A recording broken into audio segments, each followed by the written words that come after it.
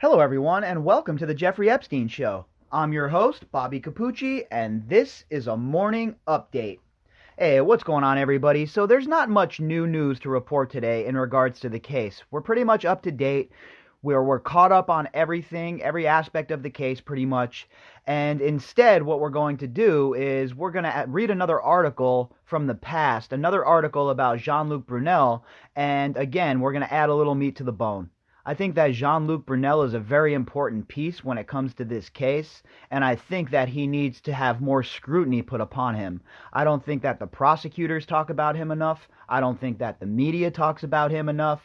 And I think that it's time that he gets his place right up there with the core four, Ghislaine and Jeffrey Epstein. Because the shit that this guy was up to when it comes to his buddy Jeffrey Epstein and his own escapades of abuse, it's enough to make your head spin. This guy is a sick, twisted, disgusting individual, and the fact that he's still running around and nobody knows where he is just makes me shake my head. I have no idea how this man can escape the authorities for so long. Just some model agent. It's not like he's some, high-flying man of mystery.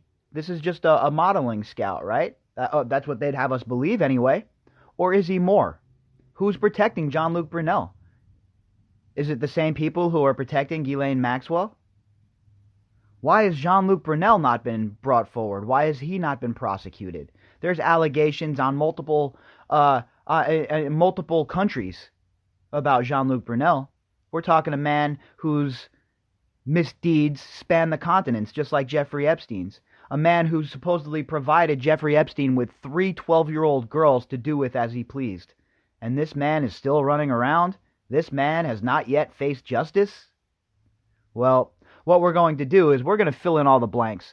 Every time that we don't have any news to update here in the mornings, what we're going to do is we'll use the morning update and we'll read older articles about Jean Luc Brunel and people just like him who need to be brought to justice. Because this is ridiculous at this point. Every day I wake up in the morning and I turn on the news hoping that we'll see a little bit of justice here. But since I don't see that, what I do is I decide to come down to my studio and I get all fired up and I jump on the podcast and I rage right here with all of you and demand that justice be done. And we're going to keep doing that until we wake up one day and we see these people in handcuffs. Because to do any less at this point is unacceptable.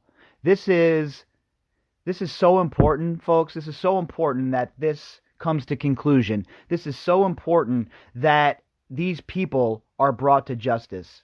Because without it, there is zero chance that anyone who's following this case or has any idea about what occurred in this case could ever trust the Justice Department ever again. And even so, even if they do arrest everybody in this case, say there's a sweeping bust where everybody gets swooped up, everybody gets arrested, and everybody gets prosecuted, even then, the Justice Department here in the United States has a long way back to being credible. But it's a start. It's certainly a start. And if anyone is going to be able to get this thing off the ground and get started, it's the SDNY. It sucks that we have to count on them to do the right thing, but here we are.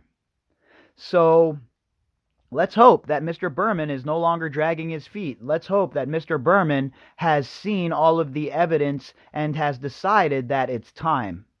Because these people have gone away with their crimes for way too long, for way too many decades, and it's time that all of that comes to a screeching halt. All right, today our article is from the New York Post, and it's from August 9th of 2019. The authors are Ben Feuerherd and Emily Saul. Transcripts of phone messages left from multimillionaire pedophile Jeffrey Epstein, which include talk of providing him females, were revealed in documents unsealed Friday in connection with a defamation case against the perv's alleged recruiter. The photos of the telephone message books were obtained by authorities through a search warrant in 2005 and include communications from Jean Luc Brunel, a modeling agency honcho who is alleged to have had sex with one of Epstein's teenage accusers, alleged to do a lot more. You see, even as early as August, when this article came out, Jean Luc Brunel was still flying under the radar. He was still keeping his toes out of this water. He was just Epstein's pal. He was just, a modeling scout that hung out with Epstein. Meanwhile, Brunel was a pipeline and a conduit for Epstein to have these young modeling types who came from broken homes, who were just looking for their break in the business, folks, all right? They were just looking to have a chance to make their lives better, a chance to make their families' lives better, a chance to succeed. And instead, they ran into this animal, Jean Luc Brunel, and ended up in the clutches of Jeffrey Epstein. And this son of a bitch, Jean Luc Brunel, is still running around, hanging out in Brazil or wherever the hell he is. He just did a good one. 18 years. She spoke to me and I said, she spoke to me and said, I love Jeffrey, Brunel said in an updated phone call, according to a photo of the message book. I mean, what does that even mean? He just did a good one. 18 years. I'll leave it up to you to come to the conclusion of what he meant by that. But what I think he meant by that is just beyond the pale, okay? This is proof of him and Jeffrey Epstein talking about girls that were trafficked to Jeffrey Epstein. And I don't care if she was 18 or 80, okay? Any woman that was caught in Jeffrey Epstein's clutches and trafficked deserves justice. She deserves people to listen to her, and she deserves these sons of bitches to go to prison. He has a teacher for you to teach you how to speak Russian, Brunel said in another phone call on September 1st, 2005, according to the documents. She is 2'8", 16 years old, not blonde. Lessons are free, and you can have the first one today if you call. This was the message he left to Jeffrey Epstein. She is 2 times 8, so 16 years old, and not blonde. And the lessons are free, and you can have the first today if you call on how to speak Russian. I mean, the codes they were using were so juvenile as well. Did they really think the authorities weren't going to break their code? What did they think? They needed the wind talkers to come in and break their code like it's the Enigma in World War II? Are these people for real? The only reason these people got away with it is because they were being protected. It has nothing to do with them being smart or master criminals or anything like that. These mother effs were not that smart when we're talking about being criminals as far as Epstein and Brunel go. They were a bunch of brutes, and they would have been caught a long time ago if two things didn't occur. The first thing, Ghislaine Maxwell being sent in to be their minder, basically, the brains behind the operation, and two, if they weren't protected by the intelligence apparatus, they would have been arrested so long ago for this nonsense. Do you really think any seasoned investigator or even junior investigator wouldn't be able to decipher their silly little terminology here? I took a look at this once and I knew what they were talking about, and I'm certainly no seasoned investigator, just an average guy who's pissed off.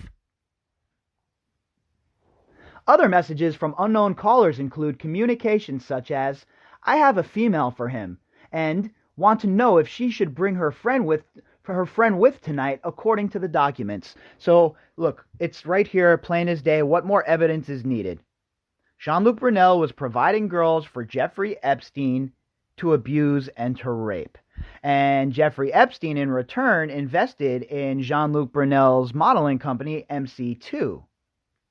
So you see how these symbiotic relationships work, folks? You see how Jeffrey Epstein was always involved, it seems, with people like this? It never fails when we hear about some sort of predator now that Jeffrey Epstein was friendly with them. We all know that him and Weinstein were rubbing elbows. We just read that article as well. So the circle is small with these people, the so-called polite society of New York. They sicken me. Honestly, they sicken me. I am so glad that I moved out of there when I did. And I am so glad I never worked in the financial sector on Wall Street the way a lot of my family and friends have. It is just a gross scene. I want nothing to do with it. I'd rather be a cashier at 7-Eleven than put any of my knowledge to use on Wall Street or work in the financial district. It is such a den of scum and villainy. You can count your boy out. The messages were taken for Epstein by someone answering his calls and writing the information down on paper. Bam! Someone answering his calls. So that's one of the core four. All right, I don't have the information on who it was, but I'm going to go out on a limb here and say it was Leslie Groff or Sarah Kellen Vickers. And if so, again, why is this not a RICO case? This is a criminal conspiracy. You have 2 or more people conspiring to commit crimes. So why are these people not hit with RICO? Why are they not arrested, especially when the evidence is all right here? We know that the Core 4 were involved in taking down messages for Epstein. We know that the Core 4 were involved in setting up interviews and these girls to come sit down with Epstein and be abused. We know that that was occurring. So let's find out who the person was who took down these notes, and let's get a criminal conspiracy case going, Mr. Berman. I mean, how much more clear do I have to be? We've read what constitutes RICO under the charter of the criminal justice system. We've read that, and this all applies. We know that this was an ongoing criminal conspiracy, another check mark. Yet here we are with no charges and no movement. They were made public Friday as part of 2,000 pages of documents that were unsealed in Manhattan federal court related to Virginia Roberts' defamation lawsuit against British co-conspirator Ghislaine Maxwell. In a deposition, Roberts claimed she was trafficked to MIT professor Marvin Minsky, who died in 2016 at age 88, as well as former Maine Senator George Mitchell, ex-New Mexico Governor Bill Richardson, and money manager Glenn Dubin, whose wife, Eva, is an ex-girlfriend of Epstein's. And we've talked about all of these people at length. And Marvin Minsky is another one that is somebody that I'm going to talk to at some point. I've had some people give me some information about Marvin Minsky, but I haven't been able to vet it correctly yet. I haven't been able to prove it. So I don't run with stuff that I can't prove, because I don't want to give these people on the other side even an inch to come in and start throwing around wild accusations, or come in with a fake witness like they tried to with Kessler. You know, I can't be part of that. So if I can't vet something and I can't confirm it, I keep it in my top pocket and I wait until I come to the point where I can. But with Minsky, I've heard from several people about this guy and about how he was not a very good man, and he was certainly the type that they could see being involved in something like this. And we're going to get into more of that with Marvin Minsky as I'm able to talk to more people with firsthand knowledge and people who knew him or worked with him, and I'm able to vet some of the information I have. I'll go deeper into the Minsky rabbit hole. But just know that, again, when Virginia Roberts claims that these people assaulted her or abused her or she was trafficked to them, I believe her. I 100% believe her. And it's not because I believe all women or I'm some big advocate of the Me Too movement. I'm not any of that stuff, right? I've never been any of that stuff. I've never been an advocate ever in my life. I'm not some social justice warrior who virtue signals. But what I am is somebody who follows evidence. And the evidence that Virginia Roberts has laid out on the table, and the evidence that she has provided for us, it's obvious for anyone paying attention that there's 2 sides to this story. And there's one side full of liars, and there's another side of a young girl who has become a strong woman, who has decided to put everything on the line, who has given us receipts, literal receipts, pictures, corroborated evidence from pilots. I corroborated some of her story myself when I was in New Mexico. So this is a woman who is telling the truth. While the rest of these scumbags, the Bill Richardsons, the George Mitchells, the Glenn Dubins, the Marvin Minskys, etc., they've done nothing but lie. The documents also contain allegations that Maxwell tried to force a 15-year-old girl to have sex with Epstein by threatening her and stealing her passport. Yeah, we know that as well. We know the story. We know about the girl in the Dubin's kitchen. We know about the young little Swedish girl. We know about the girls on the island whose passports were taken, and they were so crazed to get off the island they were thinking about trying to swim home. We know about that stuff. And yet, there is no charges against these people. Not only do we know, folks, it's not like it's some big secret, like we're all in on some big secret that nobody else knows, like we have information that nobody else is, able to have access to. It's none of that. All of this information is public. We've just done the work of putting the pieces of the puzzle together. The same work that you would expect the investigators in the case to do. Like I've said, I'm not a seasoned investigator or a law enforcement official or anything like that. I'm just a guy who was covering the news at the time, but a different aspect of the news, right? I was involved in covering the Middle East and the geopolitical situation on the ground in the Middle East. And I had always had an interest in this story, but this story came across my desk and it just lit a fire under me. And once it lit a fire under me, I started putting the pieces together. And if I can put the pieces together and we can put the pieces together, everybody out there, because from talking to all of you, I know that all of you have been doing the same exact thing pretty much from the very beginning. If we can do it, why can't the investigators do it? Why can't the prosecution do it? Because it's right there, plain as day, for anybody paying attention. This was a criminal organization. It was ongoing. It was a criminal conspiracy, and the levels of it go all the way to the very, very top. Everybody who's been named in these court documents, from Trump on down, needs to be subpoenaed and spoken with. It's just the only way to get to the bottom of this, because we don't have the answers that we need right now. Oh, we're starting to get them. Things are starting to trickle out, right? And we're putting the puzzle together. But when you start a puzzle, you should always start at the corners. And that's what we've done here. We've started at the corners and we're working our way inside. And eventually this whole entire puzzle is going to come into picture. And once this puzzle comes into picture, once we've put every little piece that we can of this puzzle together, well, the prosecution is going to be forced to act. We're going to force their hand because we're going to present it all to them on a nice little platter. And all they'll have to do is come and listen to my podcast, listen to the Prince and the Perv podcast, listen to other content creators like Sean Atwood, etc., etc. And the evidence is all right out there for them to see. And they're going to be forced to act. They're going to be forced to act because guess what? We'll take our case to the people like we're doing right now. And the people, as much as they are deaf to what's going on right now, it's not because they don't care, the average person. It's because the media hasn't done their job. The legacy media hasn't done their job to drive this point home. They haven't been on this case like a pit bull. They haven't been chasing this case down in the dark corners. Meanwhile, you have independent content creators that are spending pretty much all their time on this case. You have people that are leaving their own home and researching this case in places where these crimes occurred. And yet the legacy media is nowhere to be found. Their job is to inform the public when things like this are going on, when things like this are happening. But yet they're too busy engaging in tribalism. They're too busy engaging in gotcha politics to really drive the point home that the whole system is effed, okay? Not just one party, not just the other, not just the way things are done, but the whole entire system is completely and utterly FUBAR. And we need a reset.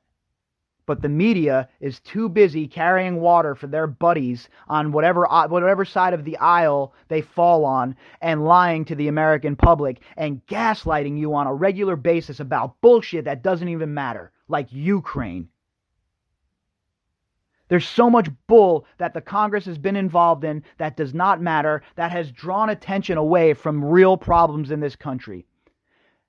And it's unacceptable. It's just unacceptable. And that is why people like myself and other content creators have dropped all pretenses of bullshit and dove into this case and put every single person on blast who was involved, be they Republican, be they Democrat, be they independent, be they somebody that I'm speaking for myself here especially, even people that I looked up to previously to researching this case, like Ronald Reagan. I don't look up to Ronald Reagan no more, and I always knew that he wasn't a great guy, but I appreciated the way he took on communism. So Reagan was always somebody that I thought was, a good guy. And then I started researching this case, and, I know for a fact that Reagan was not a good guy now. And I don't have any qualms lighting the whole entire establishment on fire at this point. I don't even consider myself politically active anymore. Like, I used to really be involved in what was going on domestically in this country until I found out it was all a shell game. Both sides, Republican and Democrat, they're both playing a shell game, and they don't give a damn. They don't care about the girls in this case. They don't give a damn about these survivors. If either side cared, there would have already been congressional hearings bringing all these people to heel. But instead, all we have is more hand-wringing and more political bickering and more infighting, while the rest of us are standing around yelling from rooftops that we want justice. And neither side cares enough to bring it to us. So that's okay. That's all right. We'll just ignore them, like everybody should be doing at this point in this country. Ignore those idiots in D.C. Ignore those morons in Washington. And us together as a community, we'll put all the evidence together. We'll put it all in a nice little silver platter, and then the prosecutors and the federal government will have no choice but to pursue this matter fully. Because once the people in America find out what truly occurred in this case, once the people truly understand the gravity of what occurred in this case, and once the people truly understand that these aren't just rumors and this isn't just some conspiracy theory, once they understand that Jeffrey Epstein and his cohorts were trafficking women and children with the consent of the intelligence agencies here and abroad, the people are going to freak out. They're at a point now, there's a tipping point in this country. And now is the time to drive this point home, folks. Now is the time to make sure that we let the intelligence apparatus know that they are no longer in charge. It is time for the American spring. It is time for the people to take our government back, and it is time for the people to demand justice. If you'd like to contact me, you can do that at Bobbycapucci at protonmail.com. That's BOBBYCAPUCCI at protonmail.com. You can also find me on Twitter at BOBBY_CAPUCCI. Also, I do have the coronavirus podcast is still coming out. I've had kind of a tired voice for the last few days. I've been doing so much production that my vocal cords have been a little tired, and I haven't wanted to push the envelope and lose my voice and then not be able to do any work here on the podcast. But they seem to be making a comeback today after I've rested them a little bit the last couple of days. So I'm hoping to jump on that tonight and put the finishing touches on it and have it out by tomorrow at the latest. I know it sucks that it's been a little delayed, but I wanted to make sure it was right, and I didn't want my chainsaw-ass raspy voice being the first thing people heard if they were not familiar with my other podcasts and stuff. So I'm trying to get that out either tonight or at the very latest it'll be out tomorrow, and I do apologize for the delay, but I want to make sure that it's right, the information's correct, and that my voice wasn't so trashed. So, with that said, I will be back later on tonight with the usual daily drop for sure. The COVID-19 podcast, tentatively tonight, but for sure guaranteed it'll be out tomorrow. No doubt about it. And for those who have been emailing me about it, look, I've gotten your emails for sure. I'm going to answer all of the emails that I have not answered in the last couple of days. Those will be getting answered today. I was busy around the house as well doing some chores. Carrie and I are both home, so we decided that it's the perfect time to get things going around the house as well. And with my voice being a little bit thrashed, I figured, you know what, a little downtime would not hurt at all. So, with that said, I will be back later with the usual daily drop, and I will talk to you all at that time. I hope everybody has a fantastic day.